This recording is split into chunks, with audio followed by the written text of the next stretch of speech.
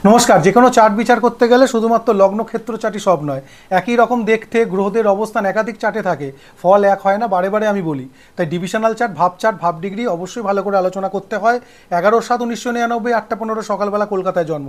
দেখুন, আমরা এই চার্টের মধ্যে কর্মর জায়গা, উচ্চবিদ্যার জায়গা, তার বাড়ি গাড়ি জমি হবে কিনা এই নিয়ে বিচার করব। আমরা কর্মস্থান দেখতে গেলে কর্ম অধিপতি এবং কর্মকারক রবি এবং আত্মকারক নিয়ে বিচার করি। আত্মকারক আজকের বিচারে রাখবো না, বিচারটা জটিল হবে। কিন্তু কর্ম অধিপতি দেখুন শুক্র, সে লগ্ন কানেক্ট করেছে, তাহলে কর্ম এবং লগ্ন কানেকশন। শুক্রের দেখুন নক্ষত্র লর্ড হলো মঘা, তার অধিপতি হচ্ছে কেতু, সে বসে রয়েছে শনির ঘরে মকরে। এবং একই সাথে আমরা দেখব যে উচ্চবিদ্যার কারক গ্রহ জুপিটার, সে ভাগ্যস্থানে বসে এবং শনি সংযুক্ত হয়েছে। শনিকে নিচস্থ মনে হলেও মঙ্গলের দৃষ্টিতে শনি মঙ্গল কানেকশানে শনির নিচমঙ্গ হয়েছে। দেখুন, বৃহস্পতির নক্ষত্র হচ্ছে অশ্বিনী অর্থাৎ কেতু, সেই কেতু সেই শনির ঘরেই বসে, আবার সে নিজেও শনিযুক্ত।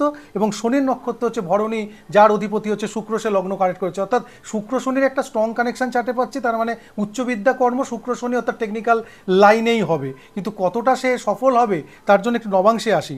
দেখুন, নবাংশতে শুক্র স্বক্ষেত্রে, শনি কিন্তু উচ্চস্থ রয়েছে। তাহলে এক্ষেত্রেও কিন্তু বোঝা গেল শুক্র শনি বলবত্তায় কিন্তু জীবনের শুরুটা বা উচ্চবিদ্যাটা কর্মটা তার ভালোই হবে এবং সেটা টেকনিক্যাল লাইনে হবে। আমরা কর্মকারক চলে আসি রবিকে। রবির নক্ষত্র হচ্ছে পুনর্বসু, তার লর্ড হচ্ছে জুপিটার এবং এই জুপিটার কিন্তু নবাংশতে বসে রয়েছে আমাদের বুধের ঘরে। এবং আমরা যদি দশমাংশে যাই, আরেকটু ক্লিয়ার পিকচার এই চারটা থেকে পাবো। সেটা হলো দেখুন, দশমাংশে শুক্র নিচস্থ, শনি কিন্তু মঙ্গলের ঘরে, বৃহস্পতি কিন্তু সেই বুধের ঘরেই। তার মানে ভাগ্যস্থানে যে বুধ বসে, যে বৃহস্পতি বসে রয়েছে, সেই বৃহস্পতি উচ্চবিদ্যার কারক এবং তারও একটা ভূমিকা রয়েছে জীবনের উন্নতির জন্য। সে কিন্তু বারে বারে বুধকে কানেক্ট করছে এবং তার নক্ষত্র আমরা কেতু পেলেও, সে শনি কানেক্ট করলেও আসলে কিন্তু সে বুধের সঙ্গেও একটা ইন্টারনাল সংযোগ করে রয়েছে চার্টে। তার জন্য শুধু টেকনিক্যাল নয়, পরবর্তী ক্ষেত্রে ম্যানেজমেন্টেরও পড়াশোনা করতে হবে, তবে কিন্তু এই চার্টটা তার জীবনে অগ্রগতির জন্য মুখ্য ভূমিকা নিতে পারবে। কারণ শুধু টেকনিক্যাল করলে চার্টে দেখা যাচ্ছে D10 বা দশমাংশে টেকনিক্যাল কারক গ্রহ শুক্র শনিগুলো ভালো নেই, তাই সেভাবে শুধু টেকনিক্যালে কিন্তু সে সফল হতে পারবে না। বাড়ি গাড়ি জমি হবে কিনা চলে আসি চার্টের মধ্যে D4-এ। আমরা ফোর্থ হাউস অর্থাৎ লগ্ন থেকে ফোর্থ হাউসের লর্ড হচ্ছে মঙ্গল, D4-এ কেমন আছে? উচ্চস্থ, তাহলে তার একাধিক জমি হওয়ার যোগ। আমরা চলে আসবো D16-এ অর্থাৎ ষোড়শাংশে।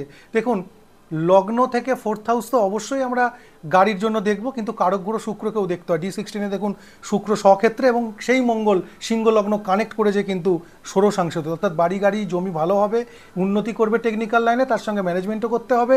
এবং এবার রেমেডিতে যদি আসি, দেখুন কেতু চার্টে ষষ্ঠে বসে শনির ঘরে শনি দৃষ্টি দিচ্ছে, কিছুটা দুর্বল হয়ে আছে। ঠিক একই সাথে দেখুন কেতু কিন্তু নবাংশতেও নিচস্থ আছে, তাহলে কেতুর একটা ক্যাটসাই রেমেডি প্রয়োজন, যেহেতু লগ্নের বন্ধু অসুবিধে নেই। এবার রবিটাকে আমরা আপাত দৃষ্টিতে একাদশে মনে করছিলাম, ভাব চাটে গেলে আরেকটু পরিষ্কার ছবি পাবো। দেখুন, ভাবে কিন্তু রবি একাদশেই নেই, দ্বাদশে, অর্থাৎ লগ্নপতি দুর্বল দ্বাদশে। আপাতভাবে D1 দেখলে এটা বুঝতামই না। তাই চুনি দরকার আছে রবির জন্য, আর ক্যাটসাই দরকার কেতুর জন্য। আরও গভীরভাবে যদি আমরা ভাবচারটা নিরীক্ষণ করতাম, বুঝতে চেষ্টা করতাম, রেমেডির আরও গভীরতা বুঝতে পারতাম। একটা ভিডিওতে সম্ভব নয়, পরবর্তী সময় আবার আলোচনা হবে। ভালো থাকুন, সুস্থ থাকুন। ভিডিও ভালো লাগলে লাইক শেয়ার করুন। নমস্কার।